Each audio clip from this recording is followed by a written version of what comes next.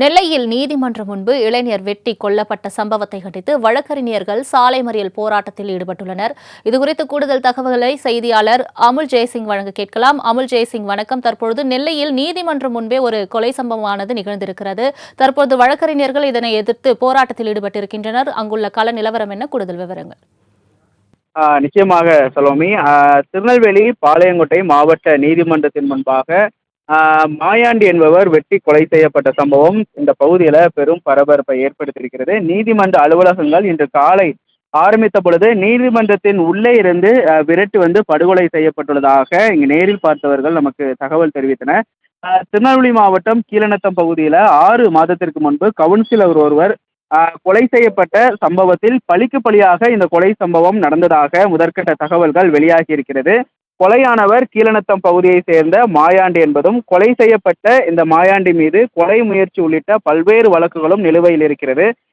இன்று கொலை முயற்சி வழக்கு விசாரணைக்காக திருநெல்வேலி நீதிமன்றத்தில் அவர் ஆஜராக வந்த நிலையில் 7 பேர் கொண்ட கும்பல் நீதிமன்றத்திற்கு உள்பகுதியில் இருந்து அவரை விரட்டி வெளியே கொண்டு வந்து நீதிமன்ற வாசலில் வெட்டி படுகொலை செய்து தப்பி ஓடிவிட்டது.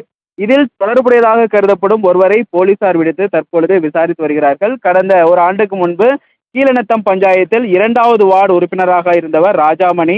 இவரை வெட்டி கொலை செய்த சம்பவத்தில் தான் தற்பொழுது கொலை செய்யப்பட்டுள்ள மாயாண்டி தொடர் இருப்பதாக கூறப்படுகிறது. அந்த வழக்கிற்காக தான் ஆஜராவதற்காக இன்று வந்திருக்கிறார். இதற்கு முன்விரோதம் ஒரு ஆண்டாக இருந்திருக்கிறது. ராஜாமணியின் தம்பி தனது கூட்டாளிகளுடன் சென்று மாயாண்டியை நீதிமன்ற வளாகத்திலிருந்து துரத்தி விரட்டி கொலை செய்திருக்கிறார். இந்த நிலையில நீதிமன்ற அலுவலகங்கள் நடைபெற்று கொண்டிருக்கும் நேரத்தில் கொலை சம்பவம் நடைபெற்றிருக்கிறது. திருநெல்வேலி முழுவதும் மிகப்பெரிய ஒரு பரபரப்பை ஏற்படுத்தியிருக்கிறது.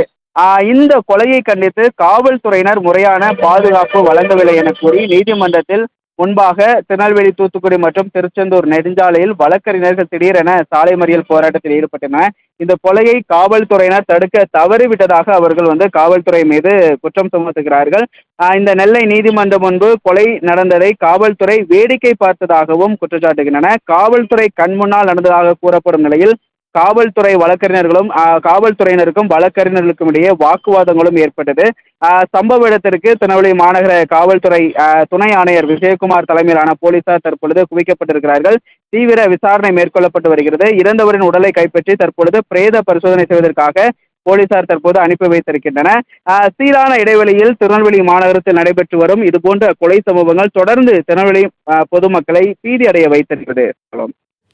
தங்களின் முழு விவரங்களுக்கு நன்றி அமுல் ஜெயசிங்.